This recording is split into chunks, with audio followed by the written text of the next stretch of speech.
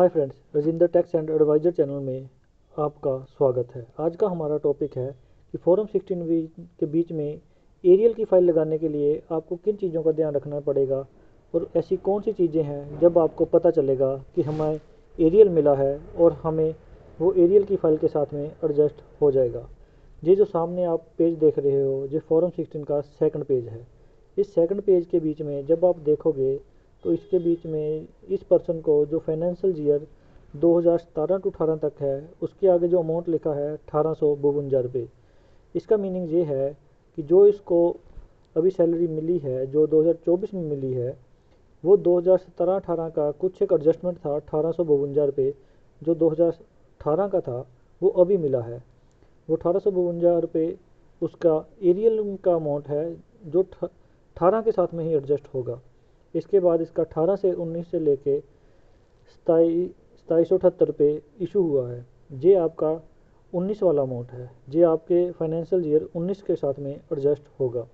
इसके बाद जो 19 से लेके 20 तक अमाउंट है वो 14,229 है। आपके कुछ एक ऐसे अलाउंसेस होते हैं या कुछ एक ऐसी ट्रांजैक्शनें छूट जाती है जिस वजह से आपको जैसे TPL या किसी और चीज़ का पैसा जो पिछले सालों का मिलता है तो उसका ब्यौरा यहाँ पर दिया जाता है।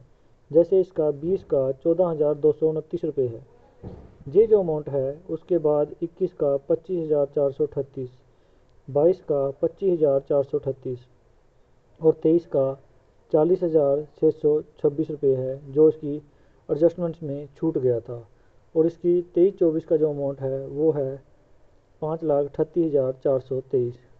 और इस तरह ये जो अमाउंट आपका जो पिछले साल का है आपको इस साल मिला है। कई बार जो अलाउंसेस है, हम पिछले साल में किसी जगह पर रहते हैं और उस समय अलाउंसेस का पार्ट टू ऑर्डर नहीं हो पाता तो वो नेक्स्ट ईयर में चला जाता है।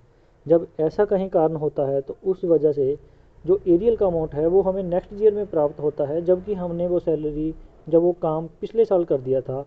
जैसे आप किसी हाईएलटी में पिछले साल रहते हो लेकिन आपको उसके अलाउंसेस नेक्स्ट ईयर में मिले हैं तो आपको वो अलाउंसेस उसी साल के बीच में एडजस्ट करने पड़ते हैं। इसको बोलते हैं एरियल की फ़ाइल। ये एरियल की फ़ाइल लगाने के बाद ही आपका ये ITR फार्म भरा जाता है और यही फार्म जेन्युइन होता है आपके रिफ़ंड के लिए।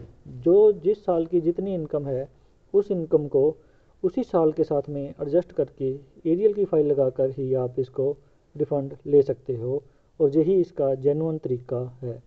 अगर आपको फिर भी प्रॉब्लम आती है तो आप हमें फ़ोन कर सकते हो।